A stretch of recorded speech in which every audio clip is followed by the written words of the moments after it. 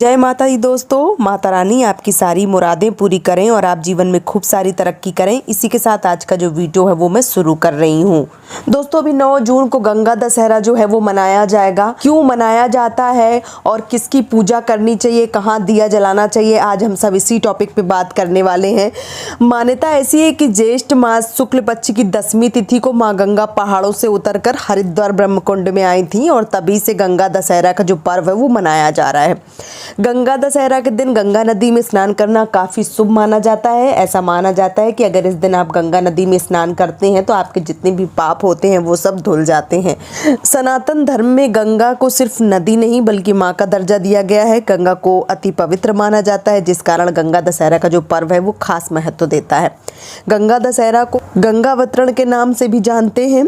इसका मतलब है कि गंगा का अवतरण। गंगा दशहरा के दिन स्नान और दान का काफ़ी ज़्यादा महत्व है। इस दिन गंगा नदी में स्नान करना काफ़ी शुभ माना जाता है।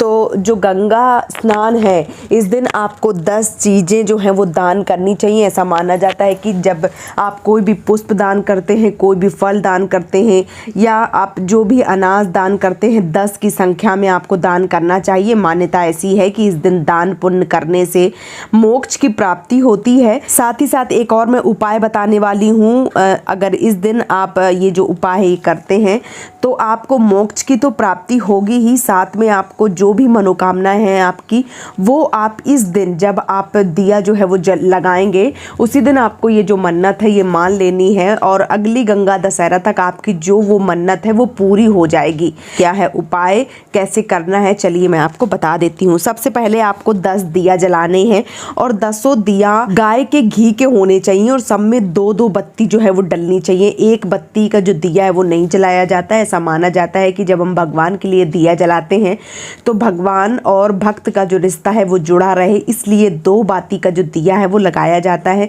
तो 10 दिया बनाना है आपको गाय के घी के और सब में 2-2 बत्ती लगानी है। मतलब कुल आपकी जो बत्ती हैं वो 20 बत्ती हो जाएंगी। और जब आपका 10 जो दिया है वो लग जाए तो आपको पलास के पत्ते का एक दोना लेना है और उसमें 10 जो दिया है वो आपको रख देने हैं।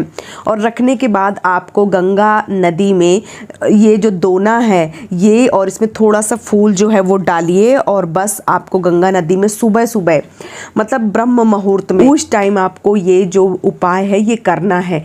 आपका कोई भी कार्य हो, चाहे आपका धंधा हो, बिजनेस है, आपका फैक्ट्री है या आपका कोई भी कार्य नहीं बन रहा है, आपकी शादी नहीं हो रही है, A to Z जो भी आपके कार्य हैं उनकी सिद्धि नहीं हो रही है तो आप इस उपाय को जरूर कीजिए। सारे मन वांछित जो फल है वो एक उपाय मात्र को करने से ही हो जाते हैं।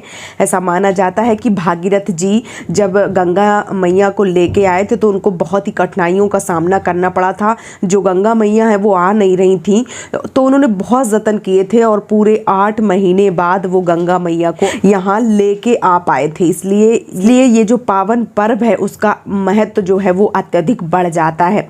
तो इस दिन आपको ये जो दिया है ये पलास के पत्ते में रखना है, उसमें फूल डालना है और फूल डालने के बाद आपको ये दोना जो है वो हल्का हल्का पानी को थोड़ा सा धक्का देके दिया को जला के धक्का देना है और बस आपको छोड़ देना है। जैसे ही दिया आगे बढ़ते चले जाएंगे आपकी सारी जो मनोकामना है वो पूर्ण होती चली जाएंगी।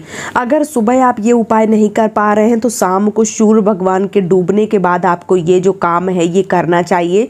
ये जो उपाय है ये आपको सुबह करना चाहिए और शाम को करना चाहिए। दोपहर में जो है धूप में ये जो कार्य है ये उपाय है जो नहीं करना चाहिए, तो आप ब्रह्म मुहूर्त में कीजिए या शाम को कीजिए। आप अगर ये जो 10 दिया हैं ये जलाते हैं तो बहुत ही ज़्यादा शुभ माना जाता है, बहुत ही उत्तम माना जाता है और आपकी सारी मनोकामना जो है वो पूर्ण हो जाती हैं। तो इस गंगा दशहरा आपको भी अगर कोई आपकी मन्नत है, कोई आपकी मनोकामना है तो आप ज़रूर 10 दिया लगाइए और अपनी सारी मनोकामना जो है वो पूरी कर लीजिए। उम्मीद करती हूँ कि आपको वीडियो बहुत ही अच्छे से समझ में आ गया होगा। वीडियो पसंद आया है तो प्लीज़ मेरे चैनल को सब्सक्राइब जरूर कीजिए। गंगा दशहरा पर्व की आपको ढेर सारी शुभकामनाएं। जय माता दी दोस्तों।